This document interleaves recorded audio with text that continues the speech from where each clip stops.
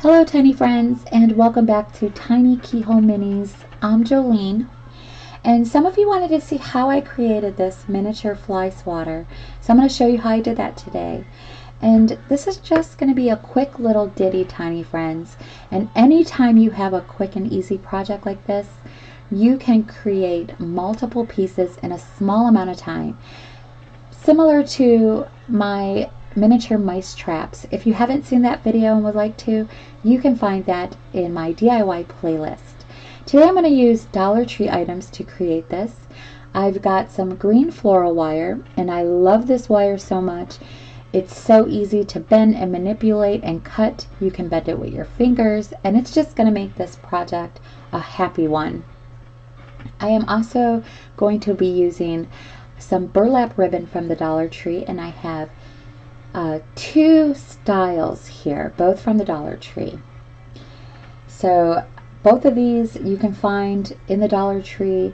Now the wider one is their basic plain burlap, and the smaller one actually has a lace piece that's attached to the midsection, and that lace piece can be easily removed by snipping off the threads that connect the two together. And I love using this lace for anything in the Josephine house or any kind of projects that I'm working with. So you get two materials in one. Now I know they carry all three items all year long, but you can probably find these items in another store or online. I like to use the burlap because it's stiff, and it becomes even more stiffer after you paint it. And it kind of reminds me of screens. So tiny friends, you can use this to create screen windows or a screen door. I'll be creating a screen door later on, and I'm going to use this burlap to do so. I think that the holes in the smaller one are a bit smaller. It's very hard to tell, but I'm going to use the smaller piece today, and either type is going to work for this, tiny friends. So with the first one, I painted with black acrylic, and you can see it looks like a screen, right? But today I'm going to switch it up, and I am going to use my silver chrome paint marker. I kind of want to try and make it look like it's a metal screen for the fly swatter today. I'm also going to use my Aleene's jewelry and metal glue, but any quick grip super glue is going to work for this, or even fabric tack. Some cutters, and also my needle nose pliers. So that's all that is needed for this little project today. I love this wire so much. I probably should have used it on the handles for the antique trays that I created, which you can also find that in my DIY playlist if you have not seen that yet and would like to. You can probably create that wavy pattern like the hairpins using needle nose pliers as well. Okay, so to begin with, you're going to want to paint the burlap first. So find yourself a nice small section, maybe a 1 by 1 inch square, and give it a nice coating of whatever color you're using. And then you want to flip it over and do the other side as well. Now I really can't remember if I painted both sides with the black acrylic paint or if it just happened to seep through to the other side. But if you need to paint the other side, then definitely do so, because you want both sides to be the same color. So give it a nice completed coating. One coat should be good enough. And then just set it aside and let it dry while you're working on your little wire frame. So I've cut down about a 6-inch piece of wire, and if you don't know by now, I love to use more than enough than not enough at all. It's going to be more than you need, but just bend it over onto itself and create a little loop on the bottom. And if you can't pinch it closed tight enough with your fingers, just use your needle nose pliers. Give it a nice little squeeze to close that loop a little bit more, making it a little more smaller.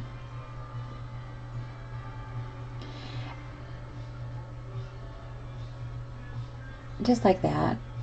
And then you just want to take your needle nose pliers and you want to hold the loop nice and tight take the two wire pieces, spread them apart just a little bit, and then pinch where you're going to twist, and make sure you're twisting both pieces at the same time, kind of like a little wind up, so that you have a nice even twist all the way up your little fly swatter handle. You're going to want to twist 11 times, and I'm just measuring to the previous one, but it takes 11 twists, tiny friends. And if your little handle isn't straight, don't worry about that. You can always straighten that out later on. It's so easy to bend this wire, so don't worry about that at all. Now for your loop, I just want to put this out there. If you want to hang your fly swatter on something, make sure that you leave enough room, or you're leaving a big enough loop to do so and hang on whatever you're hanging it on. This one here I'm actually hanging on my wall, so I've made that loop large enough to be able to hang, where the one I'm working on here is not very big, but I'll just be laying this down. So be aware of that if you want to hang your fly swatter. And then just take your pieces and flatten them out like a little T, make them nice and straight. I'm going to be clipping these pieces down to about 3/4 of an inch. Just like this. And then you want to give it a slight angle upwards, making it look like a little Y, just a slight little angle, so that your bottom square piece is going to angle up a little bit. I'm just straightening out my little loop so that it's nice and flush with the top of the fly swatter. So when I lay it down, they're both laying flat, so you can straighten out your little loop.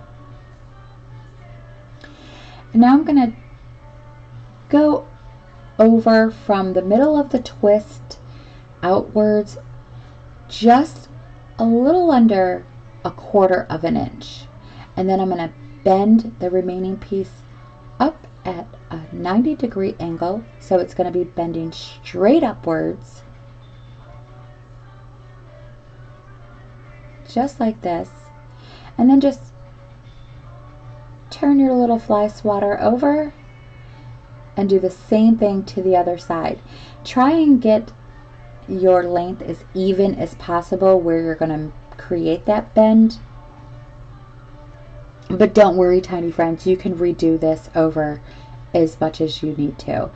This wire is that easy. So just try and get it as best as you can to be the same length. And now it just kind of looks like a little football goal or a pitchfork without the midsection. Okay, so going up to your bending point, to your top bending point, you want to stay in between 1/4 of an inch and 1/2 of an inch. So right in between the two, I'm just going to compare it to the previous one I made, just so that I can stay in a similar size range. And then make your bending point and bend inward. So another 90-degree angle going in. And I know this doesn't look like a 90-degree angle, but it will. It's supposed to be. And then just twist it over and do the same thing to the other side. And tiny friends, this is where I'm actually going to have to do it again. So just to show you how simple it is to redo this, and in most cases you might have to do it more than once. Just undo it, straighten out your wire, and then you can give it another try. I love this wire so much. You can redo it as much as you need to. So no worries if you're not getting it at an accurate length according to the previous side. So once you get them both bent inward, if one of your pieces is longer than the other, give it a little snip it a very tiny bit at a time. So just, at the edges, you don't want them to overlap or lay on top of each other, but you can easily pull this apart with your fingers and shape it, give it some more shaping. I'm trying to make it look like it's just one complete bar and it's not cut in the middle there. And when you lay it on the burlap, it's not going to be noticeable at all. So try and just manipulate it and shape it so that the two pieces actually look like they're connecting. And it's very simple to do this with your fingers and give it some more shaping. I'm almost there, tiny friends. But there it is. Yeah, I think that's good. It's super easy to just move this around and bend it and pull it out. But I'm going to go for it. It looks good to me. Okay, so my burlap is frayed. I'm going to give it a nice trim, and you might want to do so as well and give yourself a nice crisp edge to begin with. But this will be the perfect time to paint your frame, tiny friends. If you are wanting to go with a different color, you don't like that green, you want to paint it any color of your choice. If you want to make it look like it's metal, this would be a perfect time before laying it on your burlap and attaching it to your burlap. So if you're choosing to paint it, just let it dry completely before gluing it down to your burlap ribbon. So what I'm going to do is take my jewelry and metal glue. I'm pretty sure fabric tack will work for this. I haven't tried it, but any super glue or quick dry, quick grip glue is going to work. And what you want to do is just apply your glue to one side of the frame, right along that square shape that you've made and worked so hard to create, and just run it right along the edge. Make sure that you're coating this edge here completely, or you'll have little openings in your burlap, and you'll see where your burlap isn't glued down and it's lifted off. But again, no worries, you can just go back in there and add a little bit of glue and lay that flat down. I did end up actually having that happen to me, but it was an easy, simple fix, tiny friends, so it'll be okay. Now you can go ahead and lay this right along that edge, that nice crisp edge that you've trimmed. And I'm laying the bottom right where I actually twisted the two, so at the very bottom of the square. And then just get yourself something nice and flat. You see I had to bring it down just a little bit more, but I'm using the back end of my tweezers and I'm just pressing it down really hard and trying not to glue my fingers to the burlap. So this is what it looks like. I'm going to press it down again, and this is actually going to help flatten out your frame too and lay it nice and flat and even with the surface. So just press that down nice and hard until it attaches. Give it a couple minutes to set, and then you'll be ready to trim off that burlap. Now I'm going to trim this down, and I'm going to show you that you kind of want to angle your scissors right underneath that frame so that you don't have any excess overlapping outside of the frame. And if you do, you just go back in and try and trim it as best as you can to clean up those edges. But you kind of just want to take your scissors as close to that frame and kind of angle it inward so that you're kind of like a little bit underneath that frame. And go ahead and begin to trim that off. So I'm just trying to get it right under that frame at a little bit of an angle so that none of that burlap is hanging over, because then it's just going to be harder to trim off. Now when you get to your bottom here, you're going to have some hanging over like so, and you just want to go in and try and do the best you can. My scissors aren't very sharp anymore for this, but I'm gonna work it until I get it all off. I just really need to clean those up really good. But this is what it's looking like, tiny friends. And here you have it, your little fly swatter. One more step before we're done.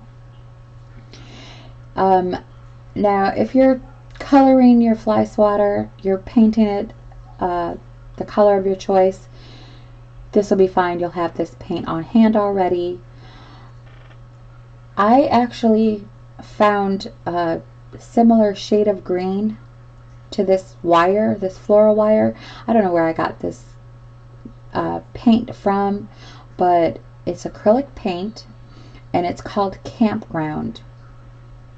So if you want to keep your frame green and you've got green paint but not dark enough, just add a little bit of black to it. I was just lucky to have this on hand. I didn't even know. I was just looking at my paints and found it. So I'm not even going to use a brush for this. I'm just going to use a toothpick. Take a little bit of paint and just run it right along on top of the burlap, right along the edge, and make it look like the frame. So just take your time when you're doing this. Just take a little bit of paint, run it right along that frame, giving the illusion that the frame is on both sides. And that's all there is to it. Easy peasy, right, tiny friends? I hope you were inspired to create some for yourself, and you can have a little miniature fly swatter for any one of your scenes or dollhouse. And I hope you enjoyed this video today, tiny friends, and if you have, let me know what you thought in the comments below, and don't forget to hit that like button and give it a thumbs up.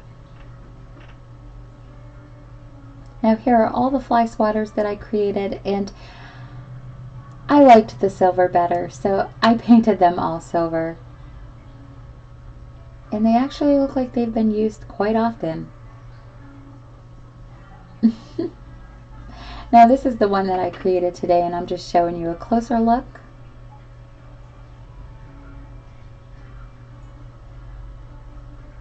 And I did go ahead and paint one black.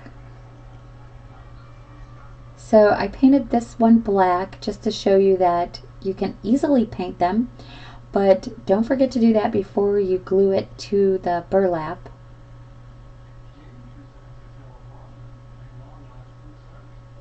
Now I want to thank everybody for subscribing and watching.